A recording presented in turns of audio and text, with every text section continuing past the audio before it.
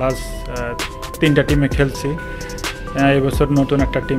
South আফ্রিকার বিপক্ষে আম্পায়ারের open দুর্নীতিতে ম্যাচ হারায় এবার ভিডিও কলে ধোনিকে বিচার দিলেন মুস্তাফিজ।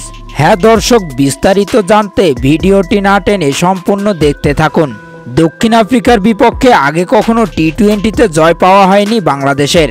গতকাল পরাজয় এসেছে একেবারে তীরে গিয়ে 4 রানের ব্যবধানে। ম্যাচটিতে ছিল শেষের দিকে বিতর্কিত আম্পায়ারিংয়ের ছাপ।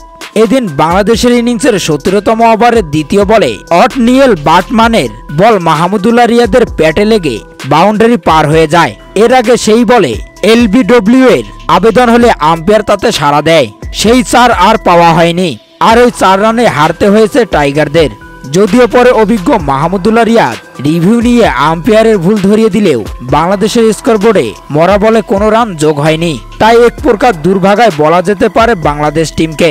আর বাংলাদেশের সাথে আম্পায়ারের এমন ওপেন দুর্নীতিতে এবার মুখ খুললেন মুস্তাফিজুর রহমান।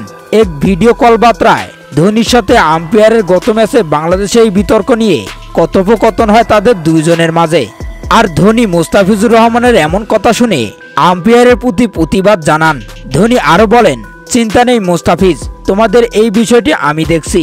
এক ভিডিও কলে মুস্তাফিজের সাথে ভুল আম্পায়ারিং সিদ্ধান্ত নিয়ে এমন কথাই বললেন মহেন্দ্র সিং ধোনি। তো দর্শক, গত ম্যাচে কি আম্পায়ারের ভুল সিদ্ধান্তেই ম্যাচটি হারতে হয়েছে বাংলাদেশকে? তা কি মনে হয় আপনাদের? তা জানিয়ে দিন। এই ব্যাপারে আপনাদের গুরুত্বপূর্ণ মতামত ভিডিওর কমেন্ট বক্সে। ধন্যবাদ।